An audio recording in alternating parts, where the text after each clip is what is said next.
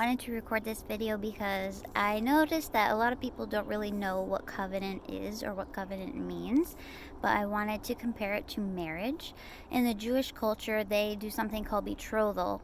And so that's kind of like regular people when they get engaged. That's kind of what betrothal is, except it's way more serious than that. They kind of consider themselves already married at that point.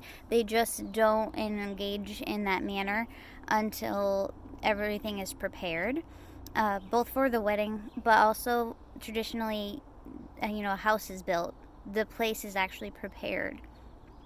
So that's really amazing when you think about Yeshua or Jesus and how he said, I'm going to go prepare a place for you. Right? We are the bride of Christ. We are. But also it's going to be more real later on. And if you look at the biblical feasts in the Bible, they're really, really, really amazing. And just so beautifully, God is such an artist and a beautiful storyteller of the order that he set into place for all the things to come to pass, like the certain things that Jesus came here already to fulfill, like Passover, and then the things later on in the year. There's a full calendar year of different holy days and feast days throughout the year, and they're called spring feasts and fall feasts. They're not all necessarily feasts, but you can see how that's the kind of culture that God is about. I mean, if you look at the temple and the sacrifices, he loves barbecue. That's what my husband says, and I think that's brilliant, and I agree. But the thing, if you read the whole Bible, right, in Revelation, it says there's only one feast biblically that we are commanded back in the Old Testament that has not yet been fulfilled, even in Revelation.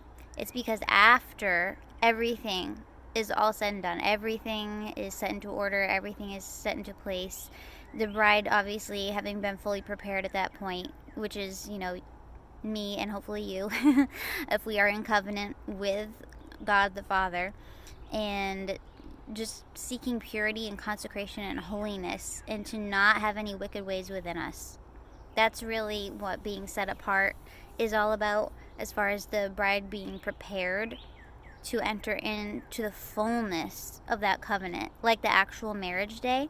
That is the one that has not yet been fulfilled all throughout Revelation, like at almost the very end of all the wrapping up of how the world is not to come. And that feast is called Sukkot. It's the Feast of Tabernacles.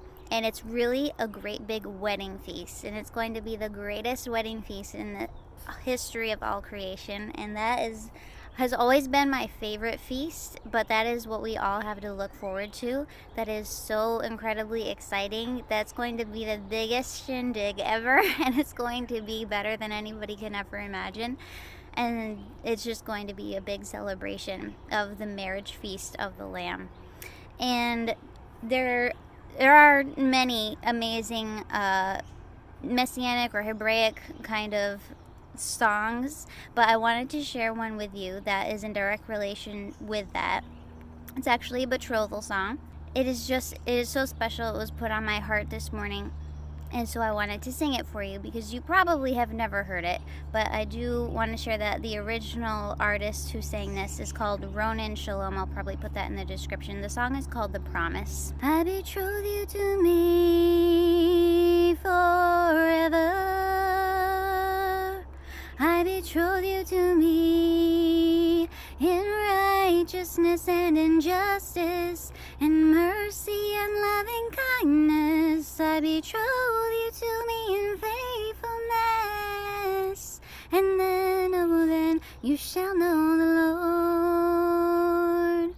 In mercy and loving kindness, I betroth you to me in faithfulness, and then you shall know the Lord.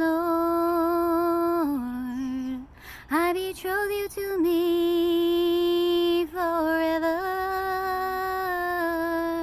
I betroth you to me in righteousness and in justice, in mercy and loving kindness. I betroth you to me in faithfulness, and then you shall know the Lord. Shema Yisrael Adonai